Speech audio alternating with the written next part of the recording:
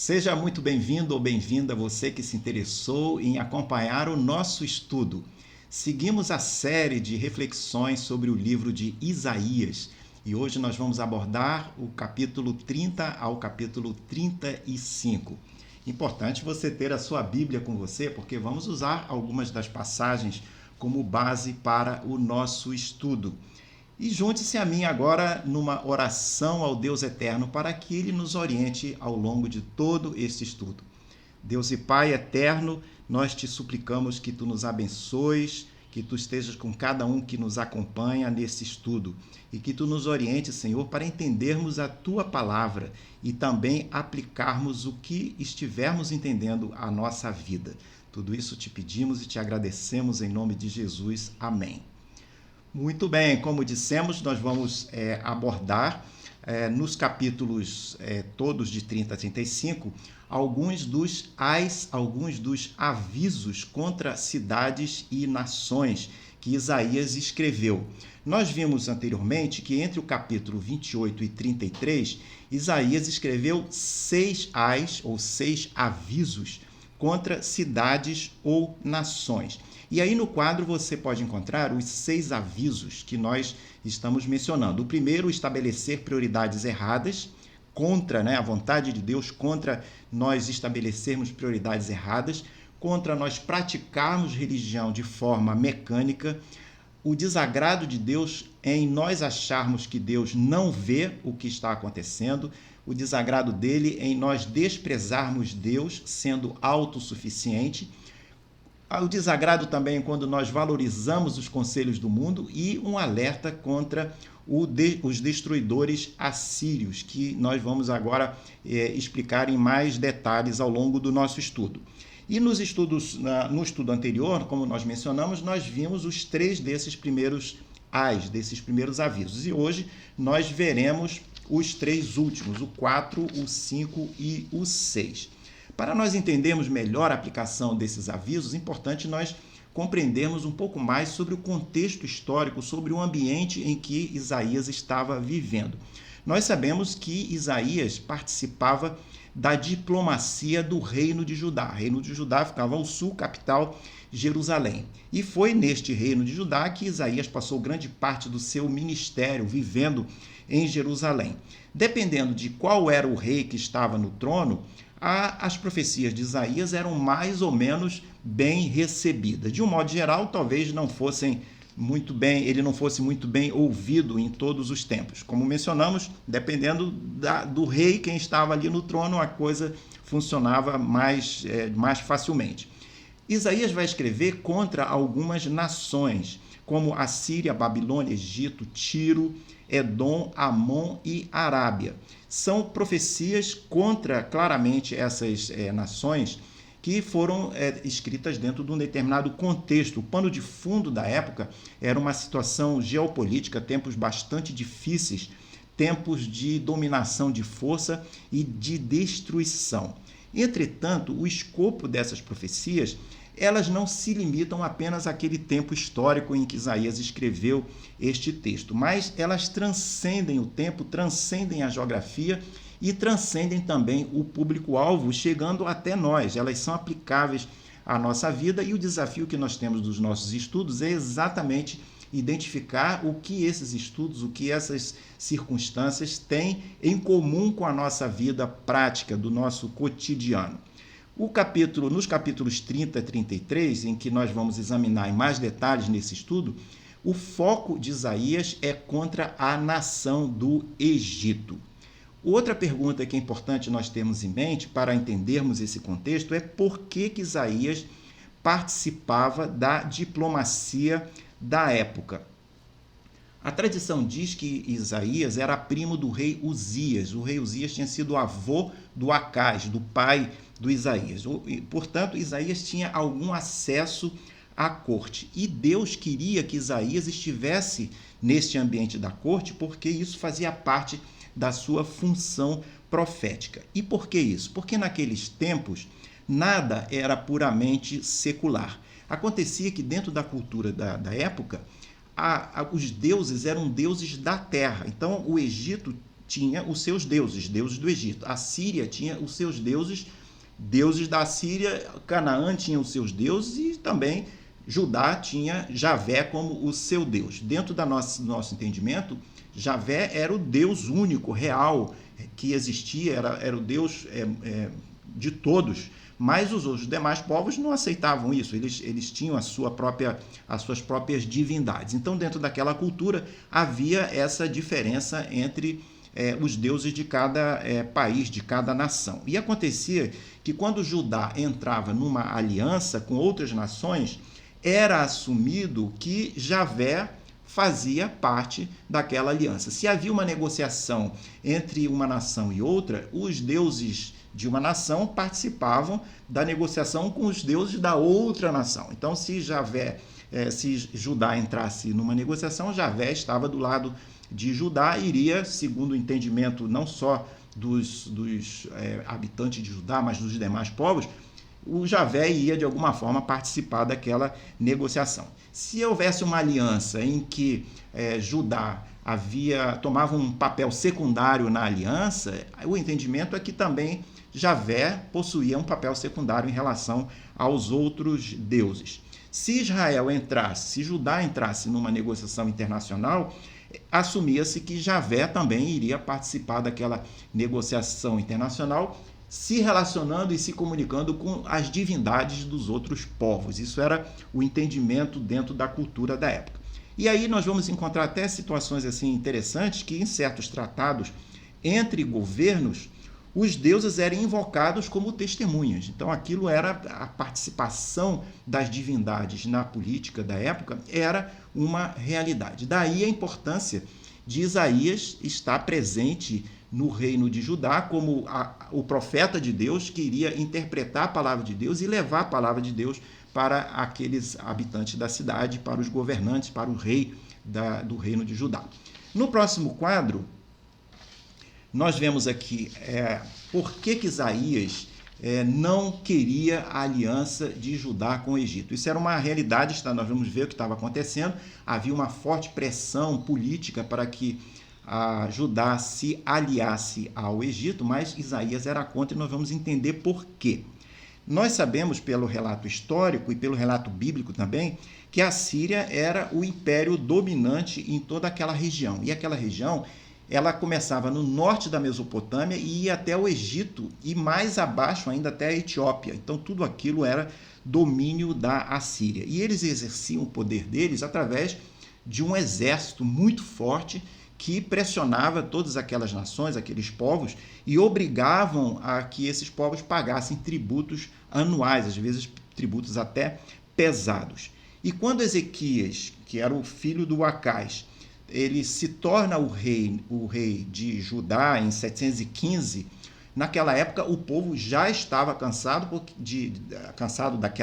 daquele domínio da Síria, porque aquele assunto já estava rendendo alguns anos.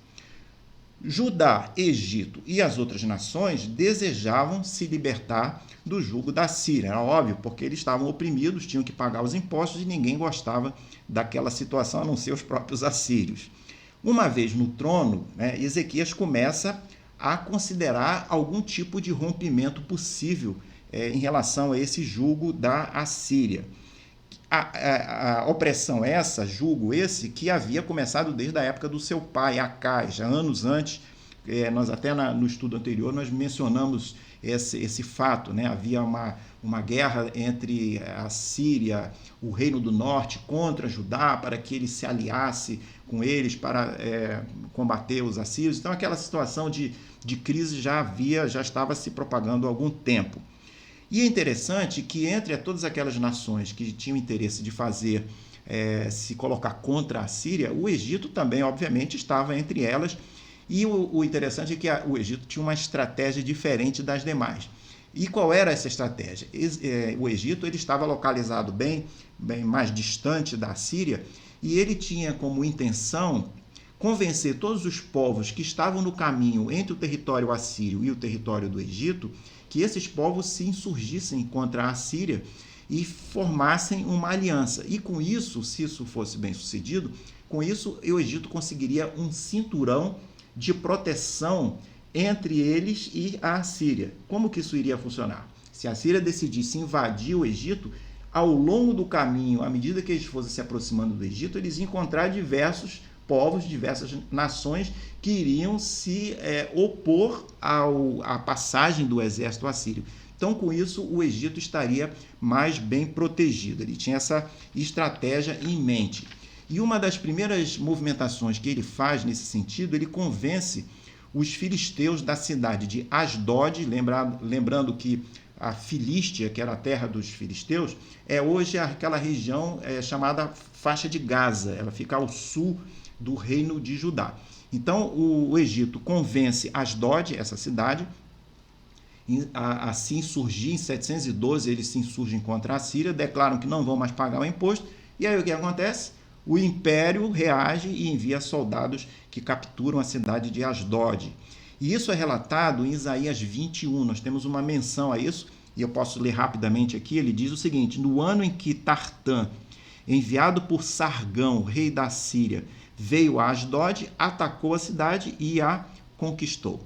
E o que ocorre aqui é que os filisteus foram derrotados porque, apesar do Egito ter feito uma aliança com eles, assim, vai lá e faz combate os assírios, etc., na hora do combate, os egípcios não apareceram, deixaram os filisteus sozinhos combatendo contra os assírios e eles foram derrotados.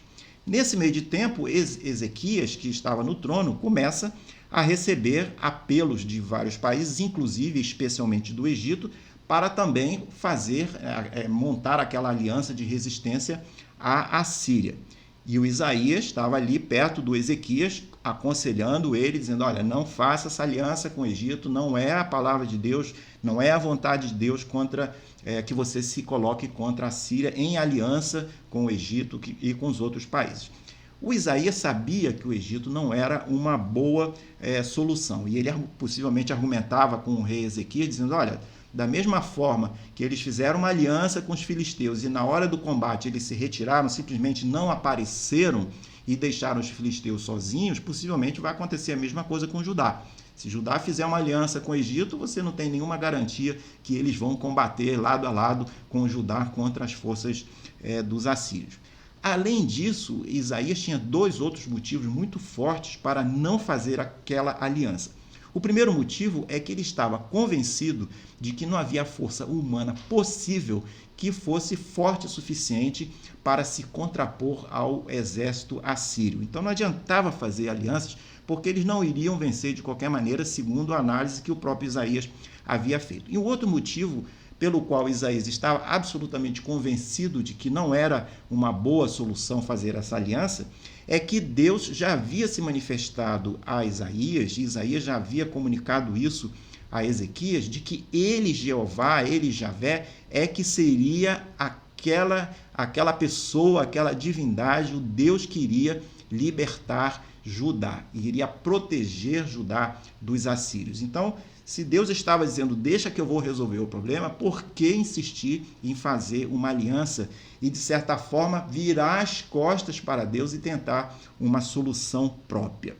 Então, nós vamos encontrar nos quadros seguintes como que essa coisa se desenvolve de uma maneira mais efetiva. Então, esse primeiro ai que nós vamos examinar no estudo de hoje, que na realidade é o quarto ai, é um aviso contra a autossuficiência, né? Contra o fato de Deus se manifestar e a pessoa virar as costas para Deus e assim: não, deixa que eu resolvo o problema, que é o que estava acontecendo, tentando acontecer com o povo de Judá. O reinado de Acais, o pai do Ezequias, tinha sido um fracasso total. E quando Acais estava no trono, Isaías teve muitos problemas de fazê-lo entender e aceitar a palavra de Deus. Nós estudamos em casos anteriores em que Acais simplesmente não dava a mínima para a palavra de Deus. Ele havia sido, Acais, um rei fraco, um rei perverso, um rei idólatra. Ele havia tomado várias decisões contrários aos caminhos decisões contrárias aos caminhos do Senhor. Ele mandou fechar as portas do templo, por exemplo. Ele dispensou os levitas, dispensou os sacerdotes. Ele construiu altares em esquinas das cidades de Judá, nos altos, nas colinas, altares aos deuses assírios. E quando Ezequias assume o trono, com 25 anos de idade, ele tem uma decisão corajosa. Ele começa a reverter aquilo que o pai dele havia feito. Então, ele começa, por exemplo, o seu governo reparando as portas do templo, ele reintegra os sacerdotes e os levitas, que haviam sido dispensados pelo pai dele, ele restaura a celebração da Páscoa e ele passa a combater a idolatria por todo o seu reino. Então ele passa a ter uma atitude muito positiva, próxima a Deus, e ele certamente vai ser abençoado por isso. Agora, mesmo assumindo essas posições, Ezequias tinha os seus assessores que continuam insistindo e aconselhando ele a fazer aquela aliança com o Egito em revolta contra a Assíria. E essa estratégia dos assessores faz com que o reino de Judá envie uma caravana diplomática para o Egito para concretizar esta aliança. Neste meio de tempo, e por conta disso, Javé vai fazer uma revelação ou vai transmitir uma palavra ao rei Ezequias através de Isaías. Então é o que nós encontramos, esse oráculo que aparece no capítulo 30, do verso 1 a 3, que eu convido você para nós lermos aqui sobre esse assunto. Então, no capítulo 30, verso 1 a 3, nós lemos o seguinte: Ai dos filhos rebeldes, diz o Senhor, que executam planos que não procedem de mim e fazem aliança sem consultar o meu espírito, para acrescentarem pecado sobre pecado. Eles descem ao Egito sem me consultar, buscando refúgio em Faraó e abrigo à sombra do Egito. Mas o refúgio de Faraó se transformará em vergonha para vocês, e o abrigo na sombra do Egito resultará em humilhação. Lá no verso 7, nós temos um outro aspecto interessante que diz o seguinte: Pois, quanto ao Egito, o seu auxílio é vão e inútil. Por isso eu o chamo de besta que nada faz. Algumas outras traduções fazem dragão manso, um dragão que solta fogo, fala, mas na hora não vai resolver o problema de libertação contra os assírios. Então nós vemos aqui nesse oráculo, e ainda no verso 9, um comentário feito contra o povo de Judá, porque ele diz assim no verso 9, capítulo 30, verso 9: Porque este é um povo rebelde, se referindo aos habitantes de Judá. Povo rebelde são filhos mentirosos, filhos que não querem ouvir a lei do Senhor. É um recado, portanto, para quem não quer saber de Deus e quem despreza os seus caminhos. Ele fala aqui no verso 9, como nós lemos, fala de filhos mentirosos que não querem ouvir a lei do Senhor. Esta condição que ocorria naqueles tempos, ela também se repete hoje, por incrível que pareça. E nós vamos encontrar essa condição dentro das igrejas, em meio a muitos crentes que relutam em deixar o Espírito Santo de Deus guiar as suas vidas. Eles se acham, esses crentes que são autossuficientes, né? Eles se acham muito bons, se acham superiores aos seus irmãos em Cristo, são rebeldes, muitas vezes rebeldes e críticos à voz do pastor, e às vezes nem sequer dão dízimo, porque acham que a igreja não tem competência para administrar os recursos, então eles mesmos resolvem administrar o seu próprio dízimo e entregar e fazer com aquele dinheiro o que eles entendem ser correto. Então é um reflexo, né, um paralelo que nós fazemos a partir da situação de Judá para esses crentes rebeldes que são autossuficientes porque se acham muito importantes. No último pedacinho desse quadro, nós temos aqui uma pergunta, né, sobre a soberba. O que é mesmo a soberba? Porque essa autossuficiência, normalmente, ela vem do orgulho, ela vem da soberba, vem da pessoa se achar suficientemente capaz para resolver as questões. E a soberba, quando nós vamos procurar o entendimento, o dicionário sobre isso, ela é uma manifestação do orgulho, uma manifestação da pretensão, da superioridade que a pessoa acha que tem sobre os demais, né? É uma autoconfiança exagerada. E isso é um pecado muito perigoso, o orgulho e a soberba, porque eles são opostos à humildade. E nós aprendemos pela palavra de Deus que sem humildade é muito difícil obter a misericórdia de Deus, bloqueia a misericórdia de Deus. Então quem é orgulhoso, quem é soberbo, ele se afasta da possibilidade da misericórdia de Deus. Então a autossuficiência é alguma coisa perigosa na vida cristã. No próximo quadro, nós temos aqui, abordamos então o quinto ai, que já é no capítulo 31, que nós vamos ver também, que tem a ver com valorizar os conselhos do mundo. Nesse ai, nessa crítica, né, o Egito é visto como símbolo da sabedoria do mundo. Então, no contexto desse quinto ai, o Egito representa o pensamento e a conduta daqueles que se contrapõem à vontade de Deus. Então, vamos ler o verso 1 a 3 e o verso 5 também, que nós vamos aplicar aqui no nosso caso. Então, capítulo Isaías 31, verso 1 a 3 diz o seguinte: ai dos que descem ao Egito em busca de socorro e se estribam em cavalos. Eles confiam em carros de guerra, porque são muitos, e em cavaleiros, porque são fortes, mas não olham para o Santo de Israel, nem buscam o Senhor. Porém, o Senhor também é sábio e faz vir a desgraça. Ele não volta atrás naquilo que falou. Ele se levantará contra a casa dos malfeitores e contra os que ajudam os que praticam o mal. Pois os egípcios são homens e não deuses. Os seus cavalos são carne e não espírito. Quando o Senhor estender a mão, tropeçará aquele que ajuda e cairá quem é ajudado. E junto todos perecerão. E lá no verso 5, nós complementamos com a seguinte mensagem aqui do texto: como uma ave paira sobre o seu ninho, assim o Senhor dos Exércitos defenderá Jerusalém.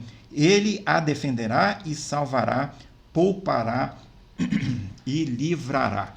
Então, o que nós vemos aqui nesses versos 1 a 3 e o 5, Isaías sabia que o Senhor era quem iria defender Jerusalém dos assírios. Por isso que ele insiste contra a aliança. E ele mostra isso de forma enfática. O versículo 5 que nós lemos, nós lemos aqui, né? Como uma ave paira sobre o seu ninho, assim o Senhor dos Exércitos defenderá Jerusalém. E aqui nós vemos também uma pergunta, nós trazemos uma pergunta: será que não podemos depender de coisas ou de conselhos de pessoas? Porque aqui nós vemos Isaías se contrapondo àquele aliança, aos conselheiros da corte. Quer dizer que a palavra está nos ensinando a nós não dependermos desses conselhos? Nós podemos sim depender de conselhos, né? E até devemos considerar pessoas com sabedoria em nossa vida. Mas aqui o perigo é o crente considerar planos e conselhos de pessoas que não agem dentro da vontade de Deus, que não consideram a vontade de Deus, ou pessoas que atrapalham a realização da vontade de Deus na vida da gente. Então, se eu tenho um conselheiro que traz um conselho que não considera e que, pior, atrapalha a realização da vontade de Deus na minha vida, isso não é um bom conselho, não é um conselho que vem de Deus, não é algo abençoado. Então, não buscar o alinhamento com a vontade de Deus tende a levar à autossuficiência, porque eu vou fazer aquilo que eu acho, independente da vontade de Deus. A pessoa passa a confiar nas coisas materiais ou em gente que não está alinhada com a vontade de Deus.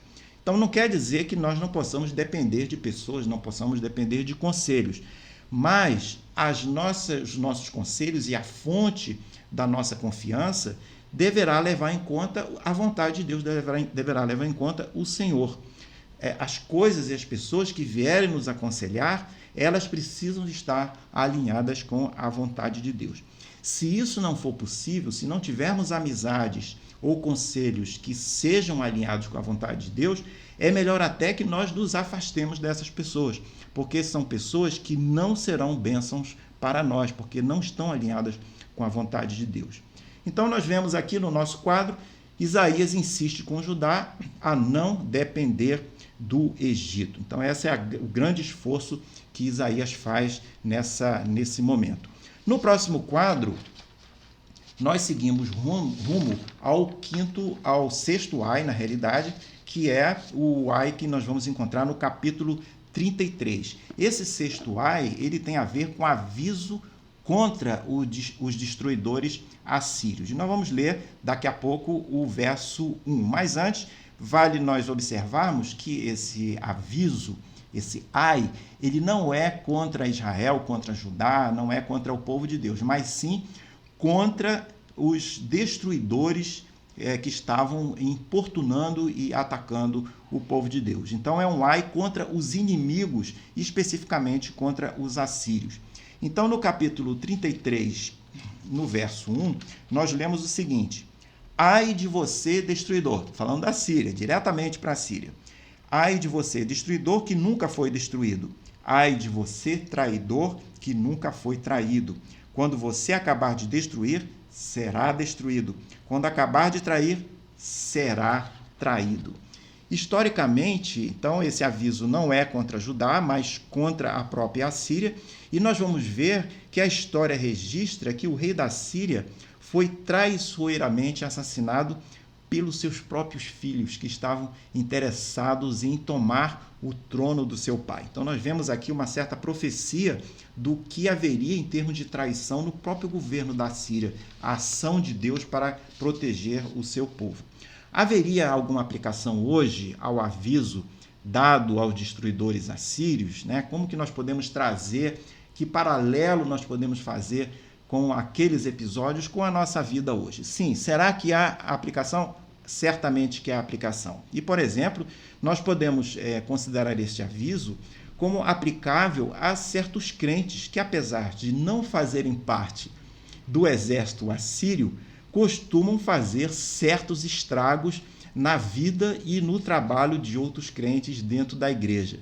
E as armas que esses crentes utilizam são atitudes de desamor, são atitudes de maledicência, eles usam, às vezes, até o falso testemunho, a falta de perdão, o desencorajamento e também a inveja.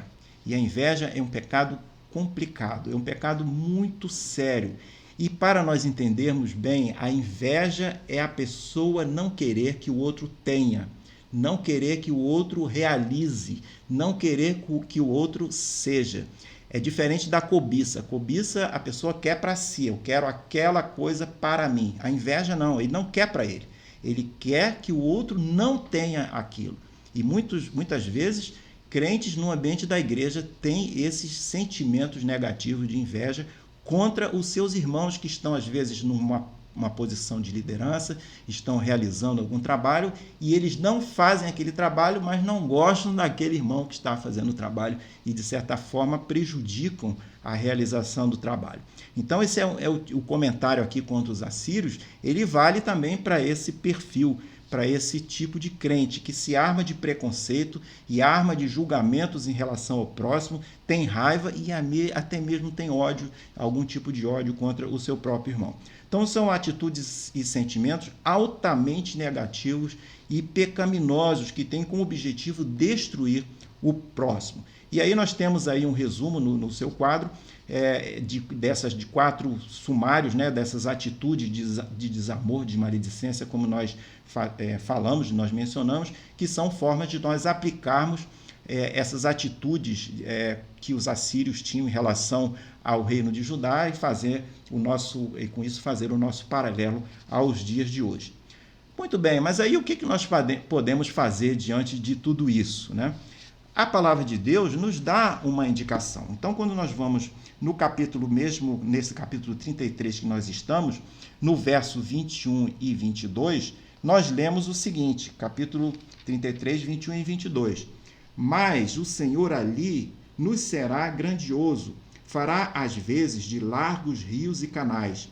Nenhum barco a remo passará por eles.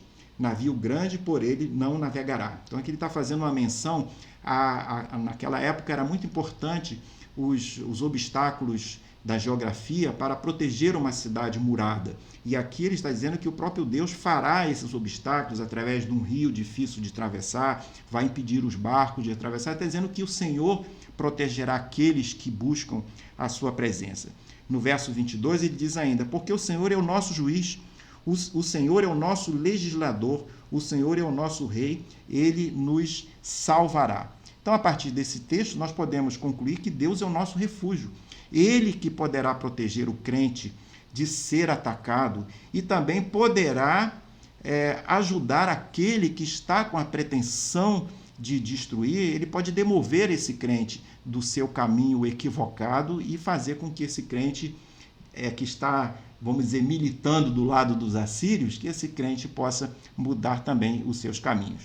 E no capítulo 33, lá no verso 24, nós lemos ainda um texto muito positivo que diz assim, nenhum morador de Jerusalém dirá, estou doente. Então, a doença, lembra que muitas vezes era associado ao pecado. Então, aqui ele está dizendo, nenhum morador de Jerusalém dirá, eu estou doente. O povo que habita nela terá o seu pecado perdoado. Então, está apontando para a solução está no Senhor. Né? Então, a partir desse texto, nós vemos Deus como refúgio e Deus como solucionador daqueles que habitam em Jerusalém. Aqui, metaforicamente, habitar em Jerusalém significa habitar na presença do Senhor. Então, aqueles que buscam a presença do Senhor, buscam permanecer na presença do Senhor, terão as suas iniquidades perdoadas. No próximo e último quadro, nós chegamos às nossas conclusões, nós temos aí o resumo das 6 coisas que Deus não se agrada, né? Que são os 6 ais que foram objeto desses oráculos de Isaías. Então, nós temos aqui, Deus não se agrada das nossas prioridades erradas, ele não se agrada da nossa religião mecânica e formal, ele não se agrada de acharmos que Deus não vê o que acontece, não se agrada quando nós nos achamos autossuficientes, não se agrada quando nós valorizamos os conselhos do mundo ou quando nós passamos para o lado assírio e passamos a perturbar a vida dos nossos irmãos. Sempre é importante lembrar que o Deus da justiça, ele também é o Deus da misericórdia. E no capítulo 35, nós vamos ler rapidamente aqui, porque ele aponta, ele traz uma visão de estabelecimento do reino do Messias entre a nossa vida, durante a nossa vida. Aqueles dias de tensão da época do oráculo de Isaías, lá da época dos assírios, etc., aqueles tempos de adversidade, eles seriam transformados em dias de paz com a vinda do Messias. Trazendo para o nosso contexto, o Messias já veio e, com isso, permite com que nós tenhamos paz interior dentro do nosso coração. Temos adversidades? Sim, temos adversidades, porque o reino de Deus não foi ainda estabelecido na sua plenitude. Isso ocorrerá na segunda vinda de Jesus. Mas até lá, aqueles que permanecerem perto do Senhor, buscando a presença do Senhor, terão força suficiente para vencer as suas adversidades. As promessas bíblicas apontam que o mal sobre a terra será banido quando da segunda vinda do Messias. E nós, até lá, temos como refúgio, podemos ter a presença de Deus em nossa vida, nos ajudando a vencer as nossas adversidades. Isaías 35, 7 e 8, para nós fecharmos, nós lemos esse texto que fala em transformações, fala em mudanças.